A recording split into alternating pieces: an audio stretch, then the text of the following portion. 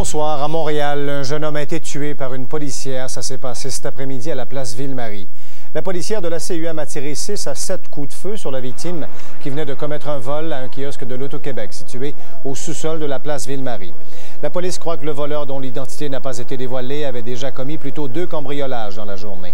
La Sûreté du Québec a institué une enquête. Un violent feu de forêt fait rage depuis cet après-midi dans le secteur d'Almond, c'est à l'ouest d'Ottawa. Les autorités ont évacué les résidences situées sur les routes proches du foyer d'incendie. Des équipes de pompiers de près d'une dizaine de municipalités voisines sont sur place et tentent de circonscrire les flammes le long de la route régionale 44. Des hélicoptères survolent le brasier et arrosent les flammes pour en diminuer la force. À Beauharnois, maintenant, près de 400 personnes ont été évacuées à la suite de l'incendie qui s'est déclaré dans un entrepôt de matières plastiques. Les flammes ont rapidement embrasé l'édifice où étaient entreposées 200 tonnes de granules de PVC. Des travaux de soudure seraient à l'origine des flammes. La ministre de la Santé, Pauline Marois, a annoncé que les négociations avec les infirmières du Québec ont progressé sur les clauses normatives. Une entente va permettre notamment à 1500 infirmières supplémentaires d'occuper un poste avec sécurité d'emploi. Leurs tâches seront aussi allégées. Mais le problème salarial reste entier. Québec maintient son offre de 5 %, une proposition jugée nettement insuffisante par les infirmières. La ministre Marois espère toutefois que le gouvernement n'aura pas à utiliser la loi 160 pour contrer une éventuelle grève générale illimitée.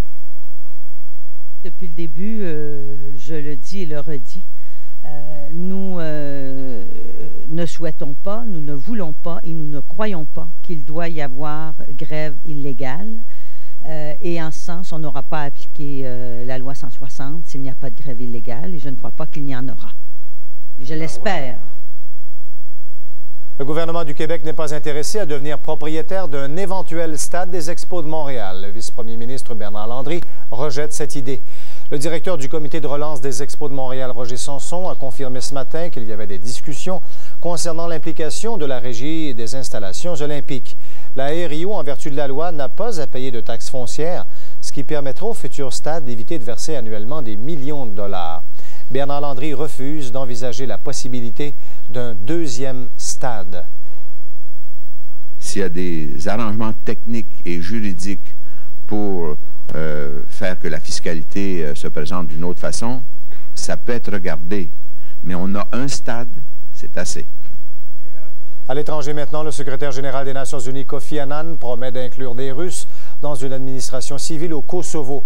Kofi Annan, en visite pour la 2e fois à Moscou cette année, a rencontré à ce sujet le ministre russe des Affaires étrangères, Igor Ivanov. Les Nations unies ont également annoncé que les premiers des 3000 policiers de l'ONU seront déployés au Kosovo dans les prochains jours. Chez nous maintenant, un petit peu partout au Québec, on s'apprête à prendre part aux festivités de la fête de la Saint-Jean. À Montréal, le défilé aura lieu dans moins d'1 heure. Le départ est donné à l'angle des rues Notre-Dame et McGill. Et à Québec, on attend 100 000 personnes au spectacle de la Saint-Jean qui commence dans quelques minutes sur les plaines d'Abraham. Alors voilà pour les nouvelles de l'heure. Tout de suite après la pause, les grands reportages. Bonne soirée. Les grands reportages, une présentation de l'intrigue de Oldsmobile.